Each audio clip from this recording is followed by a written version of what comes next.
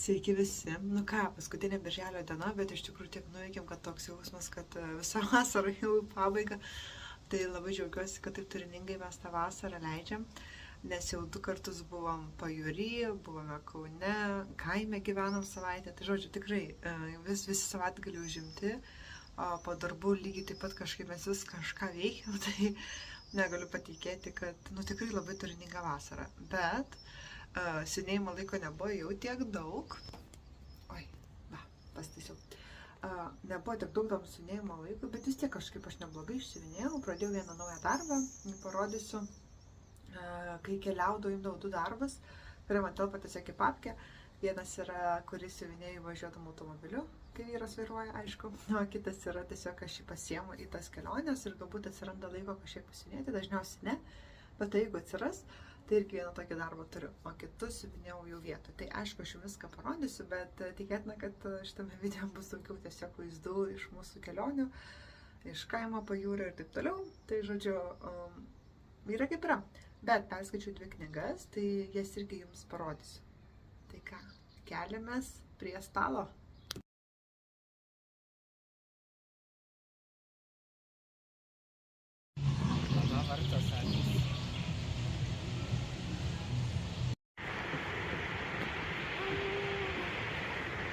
Na ką, štai mano visa krūva, nemažai šitų darbų, kuriuos kartu ir aptarsime. Tai pradėsiu nuo tų kelioninių, tai apie kuriuos jau užsiminiau. Tai yra jie 2. Pirmas yra Dimensions stiklainiukas, jau paskutinis, aš įsiuvinėjau tik tai automobilį, kai mes keliaujame.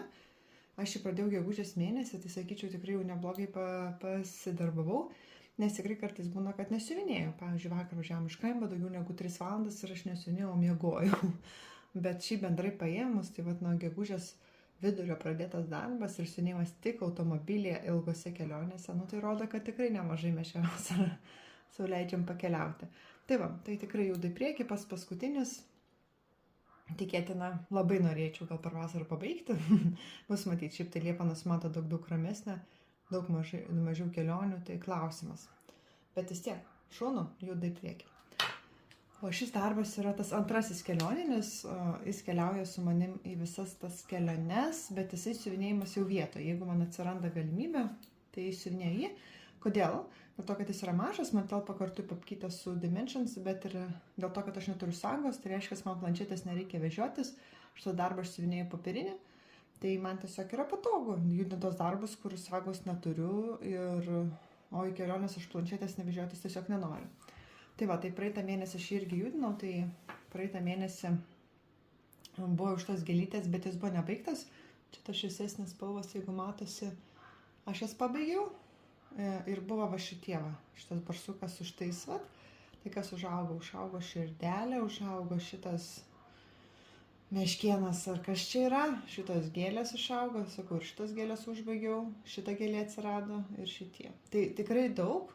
Nors, sakau, kelionėse praktiškai aš nesiuvinėjau, nes noriu su draugais ar kažkas panašaus, tai mažai man to laiko lieka jose, bet vis tiek, tikrai kaip per birželio mėnesį irgi rodo šį bei tą, kad vis dėlto keliavom. Tai va, tai kelioniniai yra tokie 2, jos abu siuvinėjai basakos, abu kelioniniai ir juda. Tai būtų žiauriai faina ir smagu, jeigu aš per vasarą juos abu pabaigčiau, tokius kaip vasaros kelionių atspindžius, ar ne? Tikrai, šitos kalėdinius, bet vis tiek aš judinu, nes jis man tiesiog kaip plastikiukas labai patogus, o šitas tikrai vasarinis. Kaip minėjau, šitą schemą paskui aš jums konkurso būdu atiduosiu. Aišku, jinai bus tokia, aš iš originalo siuvinėjau, tai ne tokia galbūt biškį pasiglamžiusi, bet tikrai puikiai galima su ją siuvinėti, tai aš ją gavau iš Rūtos, tai aš ir jums perduosiu. Tai va, tai šitie 2 tokie. Judinau geišą. Riolio nepasiėmiau viršelio. To jau minutę parodysiu per sagą, kaip jinai atrodo. Galbūt ir atsimenat.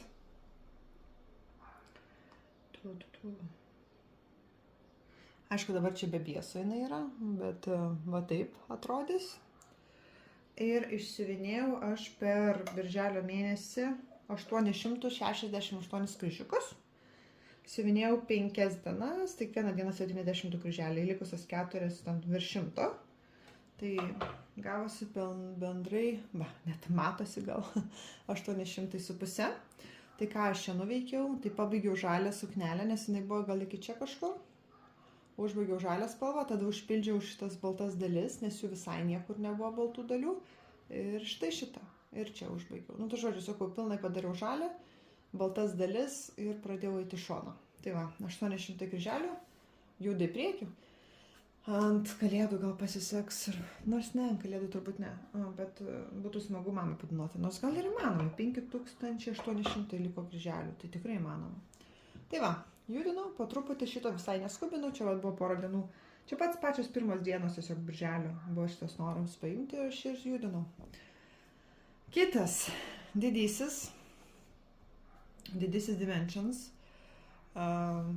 Mano tikslas, kaip galbūt žinote, yra į mėnesį išsiuvinėti 1000 kryželių.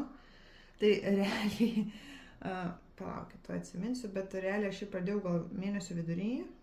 Taip, nuo 14. Nu ir gana sunkiai jis man ėjo, nors vasarą turėtų eitis lengvai, bet buvo tokia situacija, kad prieš išvažiuojant į tą mūsų kelionę ilgą, aš jį, aišku, palikau, nes man ir jis didelis ir kitas dalykas reiktų vežtis šitam planšetę, tai nusprendžiau, kad ne. Bet man prieš išvažiuojant buvo 940 kažkiek kryželių. Nu ir galvoju, nesąmonė. Nu gal grįžus, paskutinę dieną susivinėsiu. Tai šiandien ryte atsikėliau. Nu galvoju, reikia tas 50 kryželių padaryti, tai gal visa šeima miegojo, paėmiau ir pabaigiau. Tai va taip ir atrodo, 51 kryželis šiandien ryte buvo. Ir įveikiau 1004 kryžiukai šį mėnesį. Siuvinėjau irgi 5 dienas.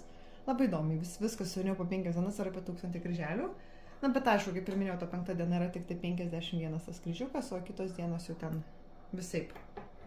Taip, tai ką aš šiame siuvinėjau.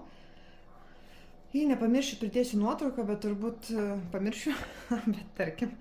Taip, tai užbaigiau rožinę šitą visą gėlę. Turbūt atsimenat, jeigu žiūrėt praeitą, kad aš praeitą mėnesį norėjau užbaigti, bet buvau neužbaigusi, buvo likę tokių baltų vietų, tai užbaigiau ją. Ir taip gavos netyčia, kad ir čia papildžiau.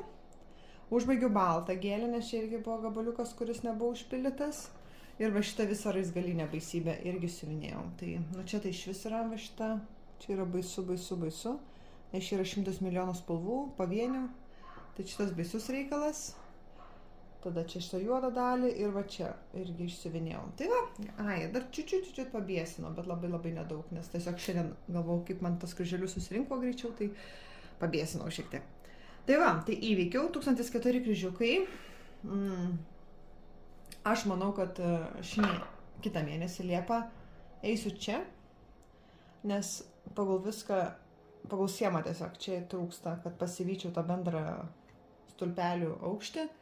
Ir čia iš tikrųjų labai graži vieta laukia. Palaukit, tuoj, kad aš greit parodysiu. Žodžiu. Va, šita vieta laukia ir va čia jau nieks nesisiuvinėja, laisvas plotas. Tai va tiesiog aš galvoju va šitą kampą ir pabaigti, padaryti. O tada jau kiek tų kryželių liks, tai tada kilsiu viršų vėl toliau. Bet pagal schemą, tikrąją schemą, čia yra antro lapo pabaiga iš 3, o tas antras lapas ir buvo pats baisiausias, pagal schemą tiesiog, jeigu žiūrėjau ne pagal sagą. Aš labiausiai bijojau, kai siuvinėjau dar papirinę schemą, bet su saga aišku, kad net nesijaučia. Ir čia buvo ta makalinė, ir čia buvo ta makalinė, ir yra, nes dar nebaigiau, bet kažkaip įveiksim, tai nieko čia tokio. Tai va, tai su šituo tiek, sunkiai jau šį mėnesį man tas 1000 pasidarė, bet dar neprarandu to tikslo. Ir bandau eiti į priekį. Na ir pradėtukas. Žodžiu, istorija yra tokia su juo, kad buvom pas mano tėvus, man atrodo, tėčio diena buvo. Jo. Ir mano brolis gyveno su jais. Ir mes kažkaip pradėjom kalbėti, kad jisai turi tokį vieną meno kūrinį, pavadinkim taip, ir pelytę kompiuterio, pelytės kilimėlio kompiuterio, dar ten porą tokių, ir būtent visur yra ta schema. Nes schema dieve, tas paveiksliukas. Ir jisai man taip pirmą kartą gyvenime, taip sako, gal gali man išsiuvinėti, man labai patinka šitas dizainas. Ir aš galvoju, oh my god, mano brolis, kuris niekada gyvenime nieko nenorėjo turėti bendrą ir visiškai nesuprato mano pomėgio, pusiau juokais, pusiau rimtai paprašė išsiuvinėti darbą. Ir aš iškart grįžus namo pradėjau ieškoti, tai susiradau tiesiog savo variantą. Aš tai va šitą bangą, neatsimenu, kaip jinai tiksliai vadinasi, bet žodžiu banga. Pindį susiradau, siemą tiesiog DMC siūliukai, viskas tvarkoje ir pradėjau. Aišku, jinai yra labai didelė. Mano tempais didelė, tai pasakysiu. Beveik 30 000 kryželių, pilnas išsiuvinėjimas, tikrai, darbelis su reikaliukais. Tai va, tai kiek aš iš jo išsiuvinėjau? 944 kryžiukus. Tai net, tikslas, aš buvau pasiskaičiavusi, kad ant šitų kalėdų tai tikrai nespėsiu, bet pabandyti ant kitų kalėdų jam padovanoti. Tai man reikia išsiuvinėti į mėnesį tarp 1,5 ir 2 tūkstančių, tiksliai neatsimenu, gal 1,7 į mėnesį, žodžiu daug, tikrai netgi kitom kalėdom vis tiek yra labai daug. Tai kažkaip aš jį pradėjau siuvinėti, tada galvoju, pala, mangi reikia padaryti Dimensions gėles, tada nuėjau prie Dimensions gėlių ir jau nebegrįžau. Tai va, paskutinį kartą siuvinėjau birželio 14 dieną šį. Tai va, tiesiog negrįžau, nes pradėjau siuvinėti Dimensions gėles, kad tenai spėčiau. Ir viskas, ir mes birželio gale prieš Joninius išvažiavom ir jis daugiau nebuvo judintas.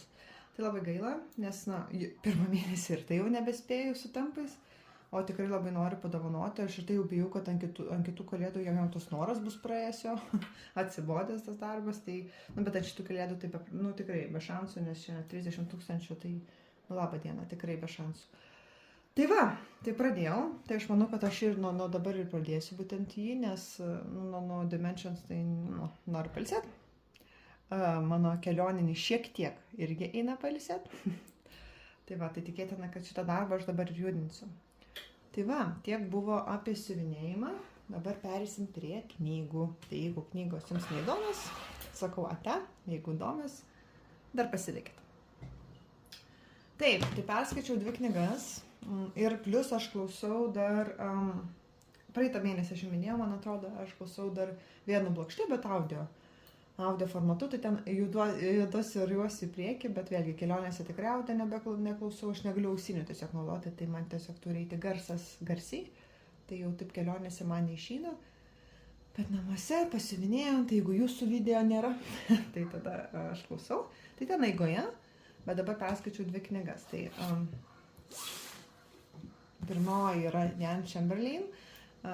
Aš labai seniai norėjau perskaityti nors vieną jos knygą, nes aš kažkaip jutau, kad tai bus mano autorė. Ir tie viršeliai, ir tos temas, kažkaip jutau, kad čia mano reikalas, bet taip nieko ir neturėjau. Ir buvau pas draugę ir jinai man pasiūlė, pačia jos yra knyga, jinai tiesiog perskaitė, jai labai patiko ir jinai kažkaip pajuto, kad man patiks ir man pasiūlė. Galvoju, okei, imam, nors man viršelis atrodo taip kaip kokio prastokų trilerio.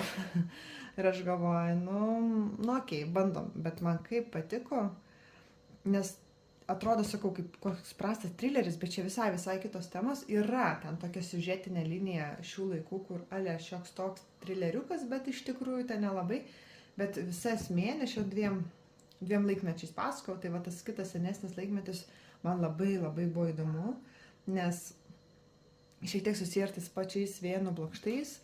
Tai yra būtent pietinio Amerikos valstijų, ne Pietų Amerikos, bet tiesiog Amerikos valstijų pietinėje dalyje.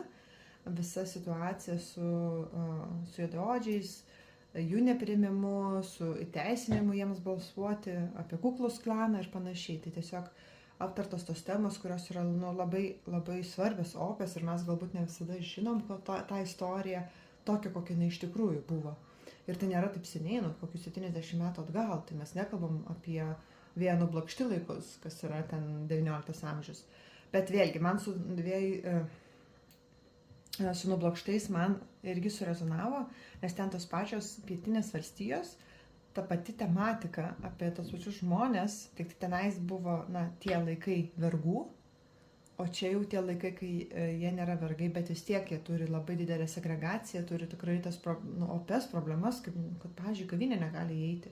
Bet ir tai čia nėra blogiausia, arba jie yra tiesiog persekiojami, žudomi, kai su Ku Klux Klanu, tai tikrai labai, man žiauriai surezonavo.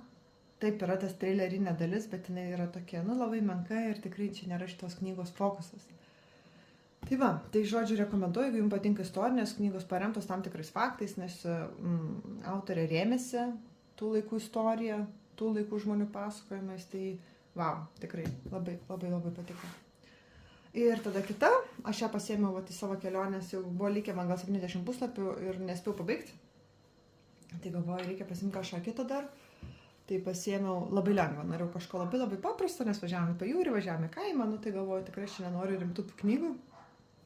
Žiauriai pataikiau, nors čia rašo 13 dienų iki kalėdų ir šiaip tematika susijusi šiek tiek su kalėdomis, bet labai neryškiai. Man tikrai netrukdė prie 33 ar 5 skaityti apie šaltą gruodį, bet tai yra meilės romanas, gana toksai pats siužetas jis yra gana standartinis, toks ir būna tose meilės erotiniuose romanuose, bet man patiko pati aplinka, ta prasme atmosfera kuriama, apie raganas, apie burtus, tokio tipo tematika. Tai iš tos pusės buvo labai taip, įdomiau skaityti, nes tai burtai, visokie ženklai, šitie devyniaragiai elniai, užbūrimai, tai tokia, faina tematika, apipintas standartinis meilės romanas. Tai labai geras pasirinkimas buvo vasarai ir aš kažkaip netgi perskaičius galvoju, kaip faina tokias knygas skaityti dabar, kai yra taip karšta, išvažiavus. Ir aš jų beveik neturiu, pas mane jos visos daugmaž rimtos, kad ir grožinė literatūra, bet jos dažniausiai sunkės temas analizuoja. O tokių paprastų skaitinių, tiesiog vasarai, kur nieko tu nenori ten per baisiai galvot, neturiu. Tai aš turiu už draugių per gimtadienį gautą knygos Saltačekį, tai prisipirkau vasarai meilės romanų. Tai tikėtina, kad Liepą rugpjūtį matysi tiesiog meilės romanus. Viskas. Tiek norėjau parodyti. Toks buvo tas mano birželis. Liepa bus ramesnė, tai žiūrėsim. O šiam momentui tiek, tai linkiu laiko kryželiams, arba atvirkščiai, jeigu nenorit kryželių, laiko sau, laiko žemėje, laiko braškiams, jūrai ir panašiai. Tai žodžiu, leiskit laiką taip, kaip norit, o jeigu rasit laiko pažiūrėti mano video, tai ačiū Jums. Iki greito.